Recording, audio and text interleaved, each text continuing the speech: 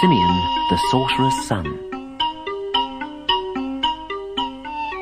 Simeon and the woodcutter were brought up from Baron Kroaker's dungeon to face the evil toad himself.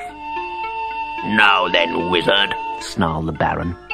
"use the spells in this book of yours to make this worthless woodcutter twice as tall, and no tricks, or I'll have you both thrown from the highest tower in my castle."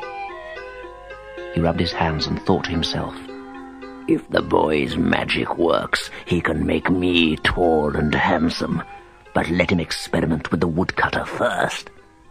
Simeon found the right spell in his book of magic. "Oh dear," he thought, "this is going to be difficult." The spell was long and complicated, and judging by the gaps in his awful writing, there was quite a lot missing. Simeon gave a cough and read out the magic words. Lavender and lemon, beauty and balm, gossamer and velvet, and you'll ne'er come to harm. All eyes were fixed on the woodcutter, waiting for him to grow tall and handsome. Suddenly the spell worked, but not quite as Simeon had intended. The guards stood staring at the Baron. They just could not believe their eyes. Baron Kroaker had been quite short to begin with, but now he'd shrunk to the size of a mouse. Toads came running from all over the castle to see what had happened to their leader. He hopped about among their boots, speechless with rage and spluttering, "Revenge! Revenge!" In the confusion, Simeon and the woodcutter saw their chance. "Quick!" cried Simeon. "We've got to find the castle gate before they miss us." Tired and breathless, they reached the castle entrance. But the great doors were bolted shut. Oh, can't you open them with magic?"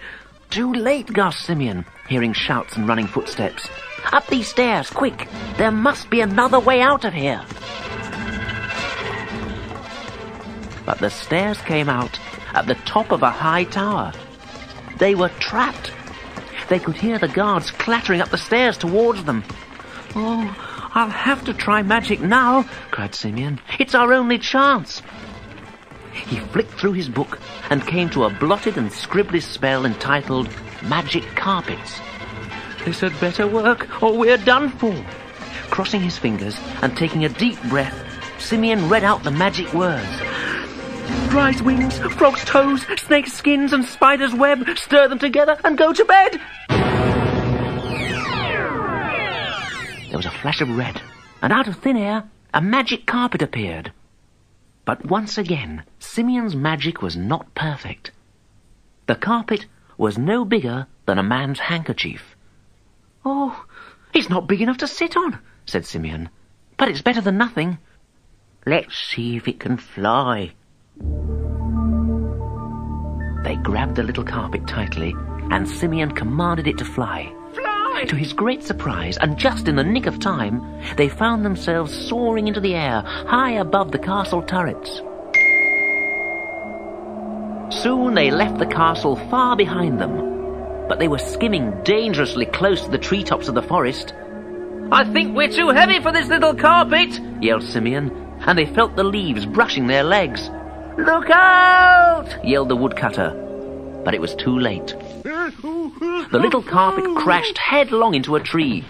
Simeon and the old man fell head over heels through the branches below. Luckily, the leaves broke their fall, and they landed at the bottom of the tree.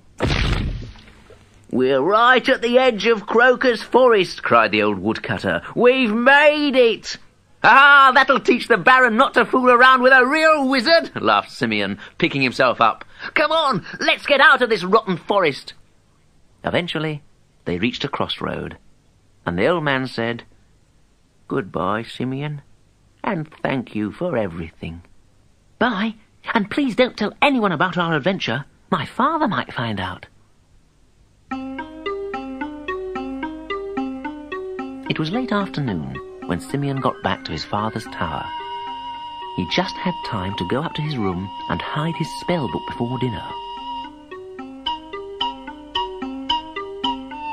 After the meal, His father leaned back in his chair and began to recount one of the great adventures he had had during his life as a wizard.